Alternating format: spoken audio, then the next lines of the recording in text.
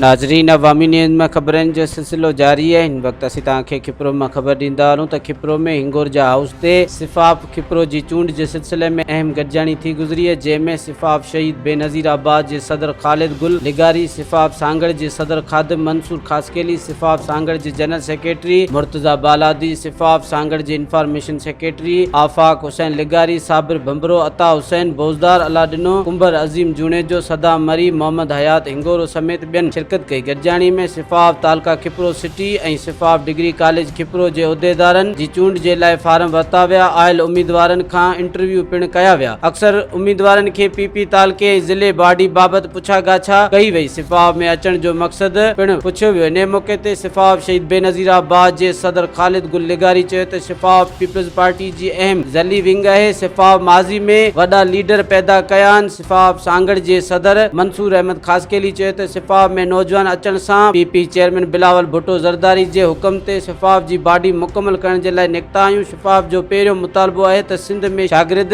Union तां पाबंदी ख़त्म कई वञे। मुंहिंजो नालो ख़ालिद गुल लगारी, मां डिवीज़नल प्रेसिडेंट आहियां PSF जो। सिफ़ाफ जो साईं तव्हां ॾिसो पिया, हिकु त तव्हां ख़ुदमुख़्तियारी जी ॻाल्हि कई, मुंहिंजो डिस्ट्रिक्ट प्रेसिडेंट ॻाल्हायो त ख़ुदमुख़्तियारी जी ॻाल्हि कयो पिया त असां ख़ुदमुख़्तियार आहियूं।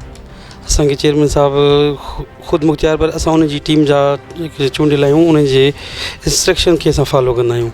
असां अॼु हिते आया आहियूं, इनशाअल्लाह असां सुभाणे शहदादपुर ऐं पंहिंजो तालको शहदादपुर ऐं तालको टंडवादम, ॿिए ॾींहुं सांगड़ में मुंहिंजे ख़्याल में 2 असांजा तालका आहिनि। असां उन जी तंज़ीम साज़ी कयूं पिया ऐं मां डिस्ट्रिक्ट नवाबशाह जी आहे, उहे बि 4 जेके तालका हुया उन्हनि में बि सभु मैसिवियूं मां कलेक्ट कया आहिनि ऐं इनशाअल्लाह मां बाक़ी डिस्ट्रिक्ट नौशहर फिरोज़ा मुंहिंजी डिवीज़न में अचे थो, उन मां सुभाणे हिते जी जीअं फाइनल थींदो उहो डेट अनाउंस करे मां उहे बि कंदुसि। अक्सर जेको इहो ॾिठो वियो आहे त ज़ाहिर ॻाल्हि बेरोज़गारी वग़ैरह में कोटा अचे थी, तरक़ियाती कमनि जी या नौकरियुनि जी, उन सिलसिले में ज़ैली विंगनि खे जेको नज़रअंदाज़ कयो थो वञे, उहो ऐं मंदर विंग जे ख़िलाफ़ु को बि ज़ैली विंगनि में आवाज़ु उथारे थो, उनखे फ़ारिग़ कयो थो वञे। इहे माज़ी में वाक़िया रहिया आहिनि ऐं हिन वक़्तु सूरताल छा आहे?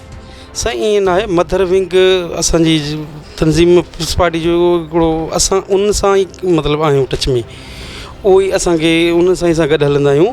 उहे असांजा वॾा आहिनि, उन सां असां टच में हलंदा आहियूं। असांखे बिल्कुलु पंहिंजो हिसो मिले थो, अहिड़ी ॻाल्हि न आहे। तव्हां माज़ी में ॾिठा हूंदासीं तंज़ीम 5-6 साल हुई, पंहिंजो अनाउंस न हुई त जेके बि असांजा पोयां उहिदेदार हुया उन्हनि खे ड्यूटियूं वग़ैरह हर शइ मिलियूं आहिनि।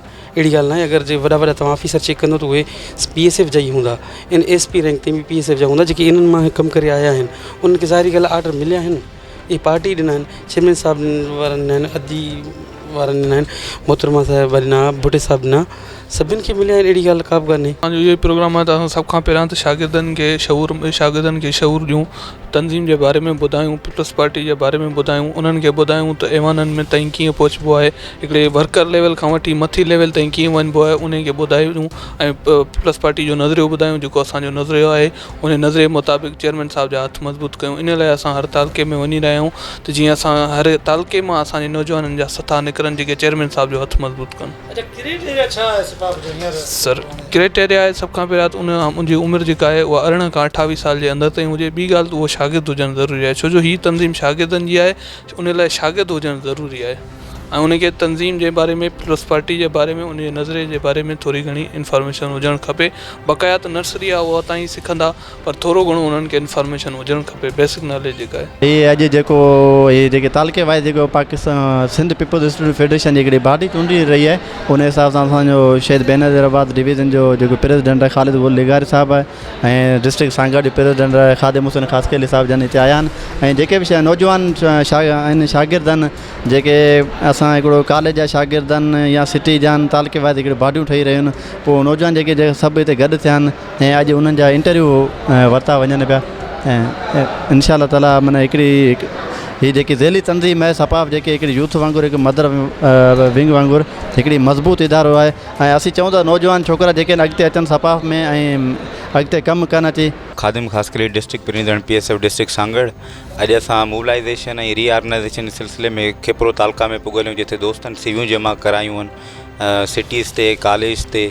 तव्हां ॾिसो हिन वक़्तु मुल्क जे अंदरि लीडरशिप जो तमामु फुक़दान आहे। सिफ़ाफ वाहिद उहा शागिर्द तंज़ीम आहे जेके सिंधी अंदरि बल्कि पाकिस्तान जे अंदरि शागिर्दनि जी नुमाइंदा तंज़ीम आहे ऐं असां चेयरमैन साहिब जे हुकुम ते पूरे सिंध जे अंदरि बाडियूं ठही चुकियूं आहिनि ऐं असांजे तालुकनि में बि वञी रहिया आहियूं, कॉलेजिस कैंपस में, ऐं दोस्तनि खे बि अपील इहा आहे त जेको तव्हां वधि में सिपाह में शामिल थी पाकिस्तान पीपुल्स पार्टी आहे मज़बूत कयो, पीपी चेयरमैन बिलावल भुट्टो ज़रदारी आहे मज़बूत कयो, ऐं सिपाह ई तव्हांजे हक़नि जी ज़ामिन आहे, ऐं तव्हां सिपाह में वधि में पंहिंजी मेंबरशिप ऐं पंहिंजे उहिदनि लाइ दरख़्वास्त ॾियो। मज़ीद खबरों और तफसीलात के लिए विजिट करें हमारी वेबसाइट www.awamiNewsHD.com।